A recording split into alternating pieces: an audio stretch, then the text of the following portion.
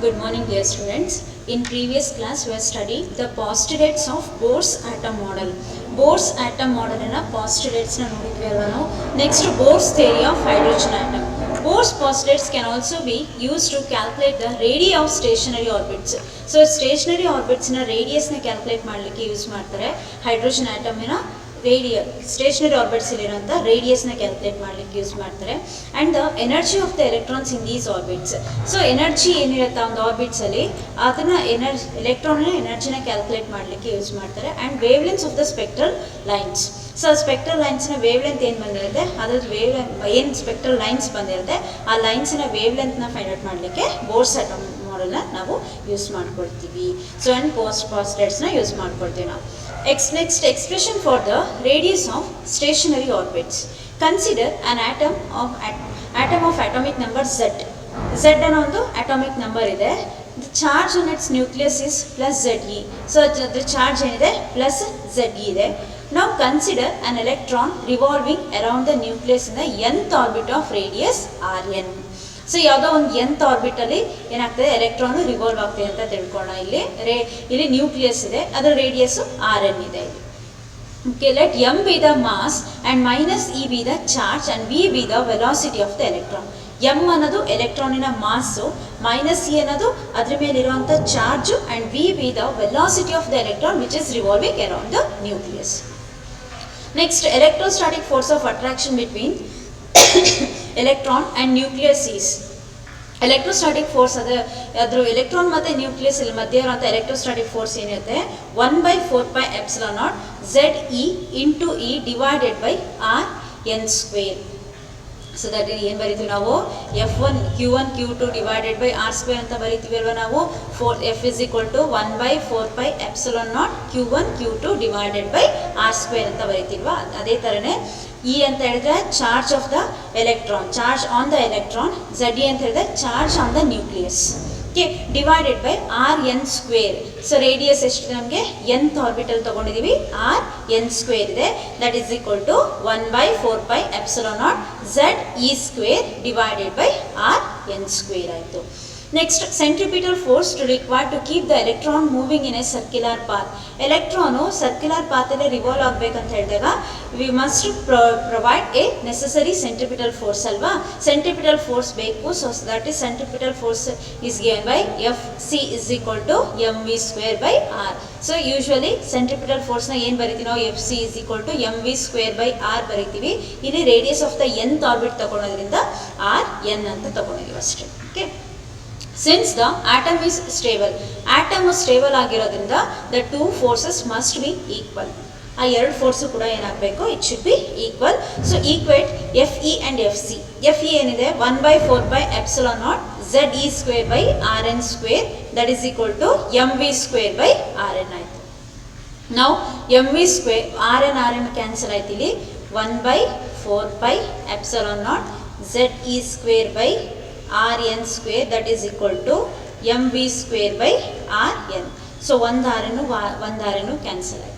ಉಳ್ಕೊಳೋದೇನಲ್ಲಿ 1/4πε0 ZE square by Rn is equal to mv square ಆಯಿತು. So ಇಲ್ಲಿ cross multiply ಮಾಡ್ಕೊಳ್ಳೋಣ. ಅಲ್ಲಿ mv square Rn is equal to ZE square by 4πε0. ZE square by 4πε0. Consider that equation as 1. ಆ ಈಕ್ವೇಷನ್ನ 1 ಅಂತ ಹೇಳಿ consider ಮಾಡ್ಕೋಣ. From Bohr's quantisation rule. Quantisation ರೂಲಿಂದ ನಮ್ಗೆ ಏನು ಗೊತ್ತಿದೆ, mvr is equal to nh/2π.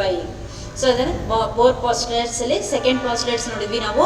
mvr the angular momentum ಇದೆಯಲ್ಲ that is equal to integral multiple ಅಂತ ಹೇಳಿ ನೋಡಿದ್ವಿ ಅಲ್ವ ನಾವು, ಅದೇ postulate. So that is mvrn is equal to nh/2π.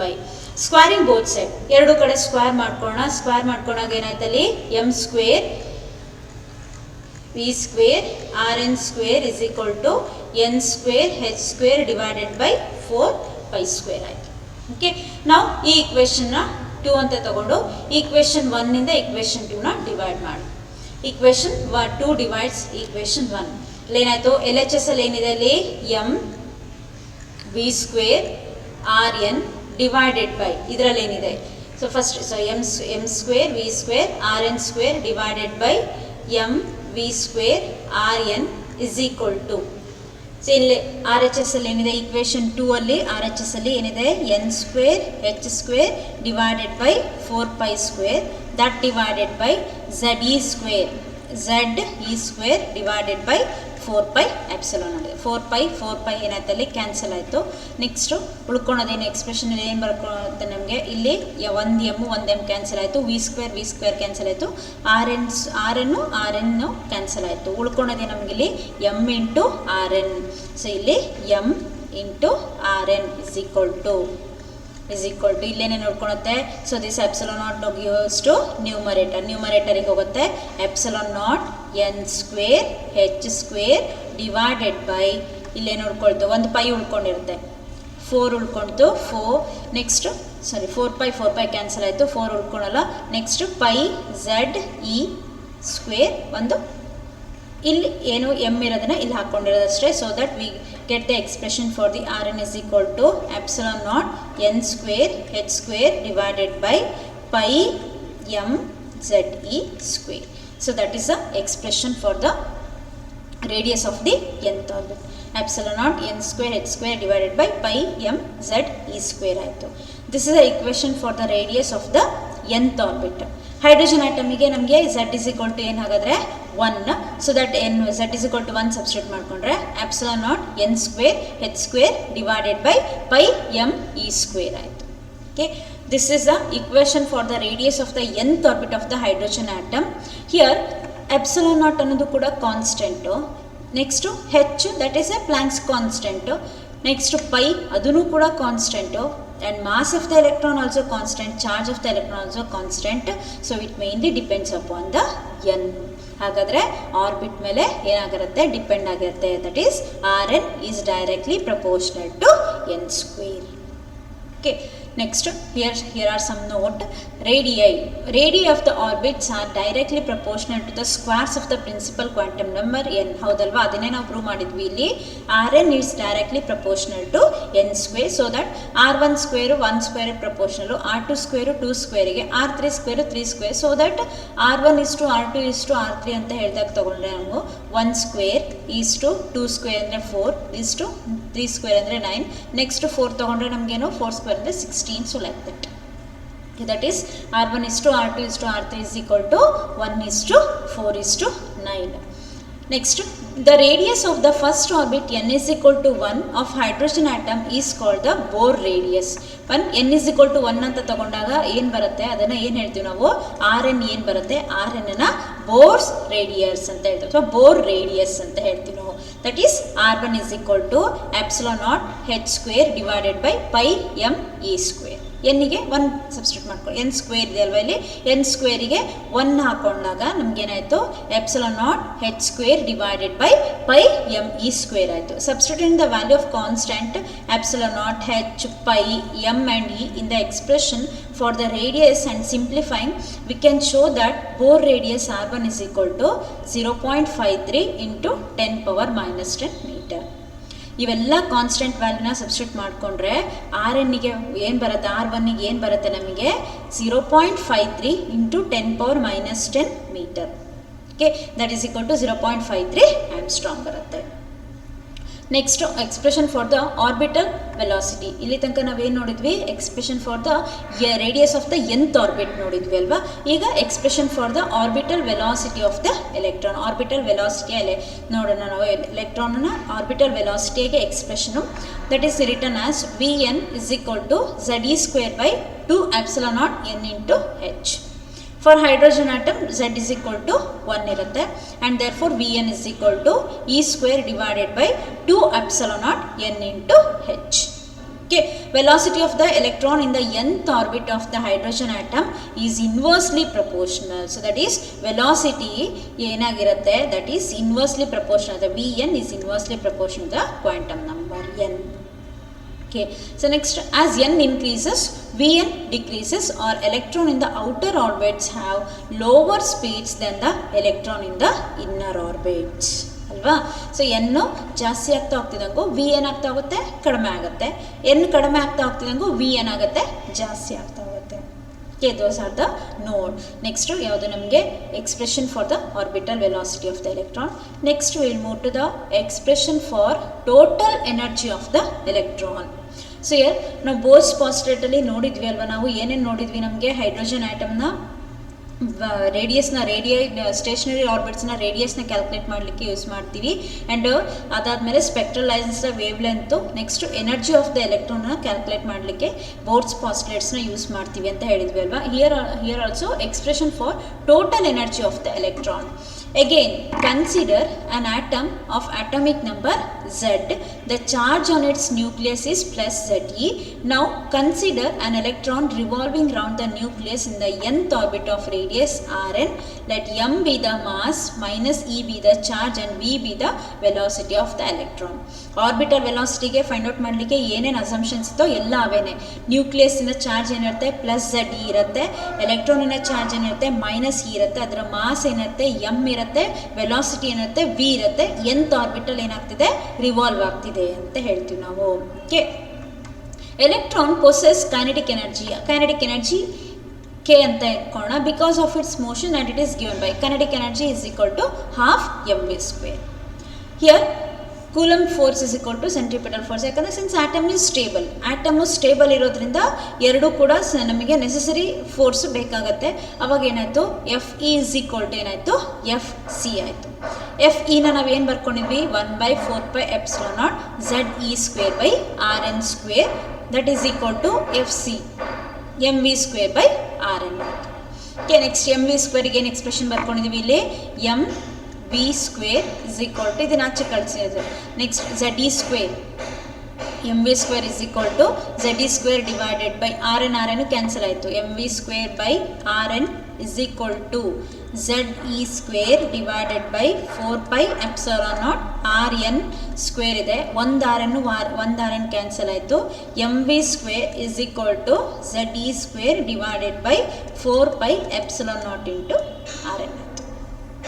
Okay, next kinetic energy ಅಂತ ಹೇಳಿದ್ರೆ ಹಾಫ್ mv², ಹಾಫ್ ಆದಮೇಲೆ mv²ಅಲ್ಲಿ ಇದನ್ನು ಹಾಕೋಣ, ಇದು ಸಬ್ಸ್ಟಿಟ್ಯೂಟ್ ಮಾಡಿಕೊಂಡ್ರೆ so that is K is equal to half Ze² divided by 4πε0 Rn ಆಯಿತು. So consider that equation as 1.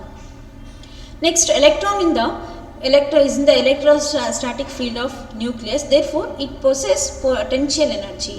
So ಒಂದು object ಇದೆ ಅಂತ ಹೇಳಿದಾಗ ಅದು ಎರಡು ಎನರ್ಜಿನ ಪ್ರೊಸೆಸ್ ಮಾಡುತ್ತಲ್ವ, ಕೈನೆಟಿಕ್ ಎನರ್ಜಿ ಮತ್ತು ಪೊಟೆನ್ಷಿಯಲ್ ಎನರ್ಜಿ. ನಮಗೂ ಕೂಡ ಈಗ ಎರಡು ಎನರ್ಜಿನ ಇರುತ್ತೆ, ಕೈನೆಟಿಕ್ ಎನರ್ಜಿ ಮತ್ತು potential energy. So here potential energy ಮತ್ತು ಕೈನೆಟಿಕ್ ಎನರ್ಜಿಗೆ ಇಲ್ಲಿ ಎಕ್ಸ್ಪ್ರೆಷನ್ ನೋಡ್ಕೊಂಡು ಇಲ್ಲಿ U is equal to 1/4πε0 Ze minus E divided by Rn. Okay, ನಿಂತು ನೆಕ್ಸ್ಟ್ ಯು ಅಂತ ಹೇಳಿದ್ರೆ, ಯಾಕಂದರೆ ಈಗ potential energy electrostatic potential energy ಅಂತ ಹೇಳಿದ್ರೆ ಈ ಎಕ್ಸ್ಪ್ರೆಷನ್ ನಾವು ಓದಿರ್ತೀವಿ. U is equal to 1/4πε0 Q1 Q2/R. ಆ Q1 ಅಲ್ಲಿ ನ್ಯೂಕ್ಲಿಯಸ್ಸಿನ ಚಾರ್ಜು, Q2 ಅಲ್ಲಿ ಎಲೆಕ್ಟ್ರಾನಿನ ಚಾರ್ಜ್ ಹಾಕ್ಕೊಂಡಿದ್ದೀವಿ ಅಷ್ಟೇ. U is equal to minus Ze² divided by 4πε0 Rn ಆಯ್ತಲ್ಲಿ. Okay, equation 2. Then total energy. ಹಾಗಾದರೆ ಟೋಟಲ್ ಎನರ್ಜಿ ಏನಾಯಿತು, total energy is given by E is equal to K plus U, kinetic energy plus potential energy. Kinetic energy ಏನಾಯಿತು ಹಾಗಾದರೆ ಇಲ್ಲಿ En is equal to 1/2 Ze² divided by 4πε0 into Rn plus minus Ze² divided by 4πε0 into Rn, that is equal to 1/2. Common ಯಾವುದಿದೆ ಅಲ್ಲಿ Ze² divided by 4πε0 into Rn. Next ಏನಾಯ್ತು ನಮಗೆ common ಆಯಿತು. Common ತೆಕ್ಕೊಳ್ಳೋಣ. So common ತೆಕ್ಕೊಂಡಾಗ ಉಳ್ಕೊಳೋದೇನು ನಮಗಿಲ್ಲಿ ಇಷ್ಟು common, ಇಲ್ಲೂ Ze² 4πε0 Rn 4πε0 Rn ಇದೆ. ಹಾಗಾದರೆ ಉಳ್ಕೊಳೋದೇನಂಗಾದ್ರೆ half minus 1 that is equal to minus half. Minus half into Ze² divided by 4πε0 into Rn. So then total energy is given by minus Ze² divided by 8πε0 into Rn. ಇಲ್ಲಿ 4 ಇದೆ, ಇಲ್ಲಿ 2 ಇದೆ. ಹಾಗಾದರೆ minus Ze² divided by 8πε0 into Rn ಆಯಿತು. Now substituting Rn. R N ಬಂದಿರೋದನ್ನು ಇಲ್ಲಿಗೆ substitute ಮಾಡೋಣ. ಇಲ್ಲಿ ಆರ್ ಎನ್ಗೆ ಇಲ್ಲಿ ಸಬ್ಸ್ಟಿಟ್ಯೂಟ್ ಮಾಡ್ಕೋಣ. ಇಲ್ಲಿ E N is equal to minus Z E square divided by 8πε0 into R N. Okay, that is equal to minus Z E square divided by 8πε0 R N ಪ್ಲೇಸಲ್ಲಿ ಏನು substitute ಮಾಡ್ಕೋಣ, ε0 N square H square divided by πm Z E square. Okay, next ಉಳ್ಕೊಳೋದೇನು ಬರುತ್ತೆ ಹಾಗಾದರೆ ಇದಿಷ್ಟು ಮೇಲ್ಗಡೆ ಹೋಗುತ್ತೆ. Next ಉಳ್ಕೊಳೋದೇನು ನಮಗಿಲ್ಲಿ minus Z square M E power 4 divided by next ಏನಾಯ್ತಿಲ್ಲಿ 8 pi cancel ಆಯ್ತಿಲ್ಲಿ 8ε0 square N square H square. So consider that equation as 5. Okay, so ಇಲ್ಲಿ ಈಕ್ವೇಷನ್ 5 ಅಂತ ತಗೋಣ, 4 ಅಂತ ತಗೋಣ. Next for Z is equal to 1 hydrogen atom ಅಂತ ಹೇಳಿದಾಗ Z is equal to 1 ಅಂತ ಬರ್ಕೊಳ್ತೀವಿ ನಾವು. So that E N is equal to M E power 4 divided by 8ε0 square N square H square. That is the total energy of the electron in the nth orbit of the hydrogen atom. Total energy ಎಷ್ಟಿರುತ್ತೆ nth orbit ಅಲ್ಲಿ. Okay, En is equal to minus me power 4 divided by 8ε0 square n square h square ಆಗಿರುತ್ತೆ. Okay, this is the total energy of the electron in the nth orbit of the hydrogen atom. Substituting the values in the equation 5 we get ಇವೆಲ್ಲ values ಮಾಸು, charge, epsilon ಏನು value, next ಹೆಚ್ಚು ಎಲ್ಲ ಹಾಕ್ಕೊಂಡ್ರೆ ನಮಗೆ ಅದಿಷ್ಟು ನಮ್ಗೆ ಏನು ಸಿಗುತ್ತೆ minus 2.18 into 10⁻−18 divided by N square that much of joule ಬರುತ್ತೆ. ನೆಕ್ಸ್ಟ್ ಎಲೆಕ್ಟ್ರಾನ್ ವೋಲ್ಟಿಗೆ ಕನ್ವರ್ಟ್ ಮಾಡಿದರೆ ಎಲೆಕ್ಟ್ರಾನ್ ವೋಲ್ಟಿಗೆ ಕನ್ವರ್ಟ್ ಮಾಡೋದು. ಸೊ ಈಗ 1 ಜೌಲ್ ಅಂತ ಹೇಳಿದಾಗ ಇಂಟು 1.6 ಇಂಟು 10⁻19ಗೆ ಇದು ಮಾಡಿಕೊಂಡ್ರೆ ಅದು ಏನಾಗುತ್ತೆ ನಮಗೆ ಎಲೆಕ್ಟ್ರಾನ್ ವೋಲ್ಟಿಗೆ ಕನ್ವರ್ಟ್ ಆಗುತ್ತೆ. 1 ಎಲೆಕ್ಟ್ರಾನ್ ವೋಲ್ಟ್ ಅಂದರೆ that much of joule. Okay, atomic energies are often expressed in electron volt. ಯಾವಾಗಲೂ ಕೂಡ ಎನರ್ಜಿನ ಎಲೆಕ್ಟ್ರಾನ್ ವೋಲ್ಟಲ್ಲೇ ಎಕ್ಸ್ಪ್ರೆಸ್ ಮಾಡಬೇಕು. So that is e N is equal to ಇಲ್ಲಿ ಮಾಡಿ 2.18 ಇಂಟು 10⁻18 ಏನಿರುತ್ತೆ ಅದನ್ನು 1.6 ಇಂಟು 10⁻19 ಡಿವೈಡ್ ಮಾಡಿದಾಗ ಏನು ಸಿಕ್ತು ನಮಗಿಲ್ಲಿ 13.6 into 13.6 divided by N square. This N square as it is ಈ ಜೌಲ್ ಇರೋದು ಎಲೆಕ್ಟ್ರಾನ್ ವೋಲ್ಟಿಗೆ ಕನ್ವರ್ಟ್ ಆಯಿತು. Okay, then En is inversely proportional to n square. Clearly ಇಲ್ಲಿ ಕಾಣಿಸ್ತಾ ಇದೆ ನಮಗೆ En ನೀನು n ಸ್ಕ್ವೇರ್ಗೆ ಇನ್ವರ್ಸ್ಲಿ ಪ್ರಪೋರ್ಷನಲ್ ಆಗಿದೆ. Okay, here some note as n increases, yes n increases the En decreases, n decreases En increases, so that therefore the electrons in outer orbits have higher energy than the electrons in the inner orbits. ಹೊರಗಡೆ ಇರೋಂಥ ಎಲೆಕ್ಟ್ರಾನ್ಸಿಗೆ ಹೊರಗಡೆ ಇರೋಂಥ ಆರ್ಬಿಟ್ಸಲ್ಲಿ ಇರೋಂಥ ಎಲೆಕ್ಟ್ರಾನ್ಸಿಗೆ ಜಾಸ್ತಿ energy ಇರುತ್ತೆ, ಒಳಗಡೆ ಇರೋದೇನಾಗಿರುತ್ತೆ ಕಡಿಮೆ ಇರುತ್ತೆ. Okay, the negative sign indicates that electron is bound to the nucleus and energy must be supplied to remove the electron from the atom. So that is ಆ ನೆಗೆಟಿವ್ ಸೈನ್ ಏನು ಇಂಡಿಕೇಟ್ ಮಾಡೋದು ಅಂತ ಹೇಳಿದರೆ ನೆಗೆಟಿವ್ ಎನರ್ಜಿ ಅಂತ ಅಲ್ಲ. So that is meaningless quantity ಆಯಿತಾ, ಹಾಗೆಲ್ಲ ಹೇಳಬಾರ್ದು. ನೆಗೆಟಿವ್ ಎನರ್ಜಿ ಅಂತ ಹೇಳಬಾರ್ದು. That indicates the electron is bound to the nucleus. Okay, and energy must be supplied to remove the electron from the atom. ಆಟಮಿಂದ ನಾವು ಎಲೆಕ್ಟ್ರಾನ್ನ ರಿಮೂವ್ ಮಾಡಬೇಕಂತ ಹೇಳಿದಾಗ we should supply some amount of energy ಅಂತ ಹೇಳ್ತೀವಿ. Here this is the energy of the nth orbit. So ಏನೇನು ನೋಡಿದ್ವಿ ನಾವು, ಎನರ್ಜಿ, ರೇಡಿಯಸ್ಸು ಇವೆಲ್ಲ ನೋಡಿದ್ವಿ. ಸೊ ಇವೆಲ್ಲ ಕ್ಯಾಲ್ಕುಲೇಟ್ ಮಾಡಬೇಕಾದ್ರೆ ನಮ್ಗೆ ಏನು ಅರ್ಥ ಆಗಿರಬೇಕು, ಬೋರ್ಡ್ಸ್ ಪಾಸ್ಟುಲೇಟ್ಸ್ ಅರ್ಥ ಆಗಿರಬೇಕಲ್ವಾ. ಸೊ ನೆಕ್ಸ್ಟು ಕ್ಲಾಸಲ್ಲಿ ಉಳ್ಕೆದೆಲ್ಲ ಸ್ಟಡಿ ಮಾಡೋಕ್ಕೆ. Thank you.